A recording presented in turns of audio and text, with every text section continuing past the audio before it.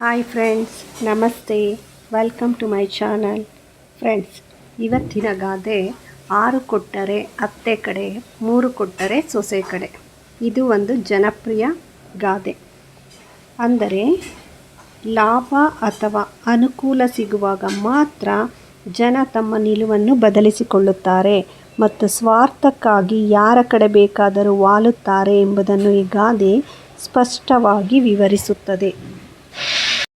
ಸ್ವಾರ್ಥ ಮತ್ತು ಅನುಕೂಲಕ್ಕೆ ತಕ್ಕಂತೆ ಪಕ್ಷಪಾತ ಮಾಡುವ ಜನರ ನಡವಳಿಕೆಯನ್ನು ಇದು ತಿಳಿಸುತ್ತದೆ.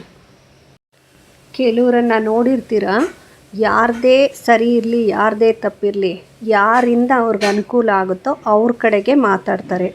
ಹಾಗಾಗಿ ಇಂತಹ ಜನಗಳಿಂದ ಆದಷ್ಟು ದೂರ ಇರಬೇಕು.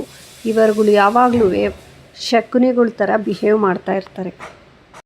ನಿಮ್ಮ ಜೀವನದಲ್ಲೂ ಈ ತರಹ ವ್ಯಕ್ತಿಗಳಿದ್ದರೆ ಆದಷ್ಟು ಅವರಿಂದ ದೂರ ಇರಿ. ಯಾಕಂದರೆ ಅವ್ರಿಗೆ ಏನೋ ಒಂದು ಲಾಭ ಆಗೋದ್ರಿಂದ ಅವರು ಮಾತಾಡ್ತಾರೆ ಅಂದರೆ ಅವ್ರು ಯಾವತ್ತೂ ನ್ಯಾಯ ಮಾಡೋದಕ್ಕೆ ಲಾಯಕ್ಕೆ ಅಲ್ಲ ಅಂತ ಗೊತ್ತಾಗಬೇಕು.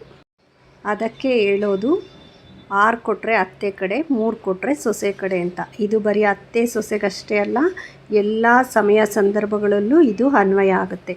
ಫ್ರೆಂಡ್ಸ್, ನಿಮಗೂ ಈ ವಿಡಿಯೋ ಇಷ್ಟ ಆಗಿದರೆ ಲೈಕ್ ಮಾಡಿ, ಶೇರ್ ಮಾಡಿ, ಸಬ್ಸ್ಕ್ರೈಬ್ ಮಾಡಿ. Thank you friends. Thank you for watching.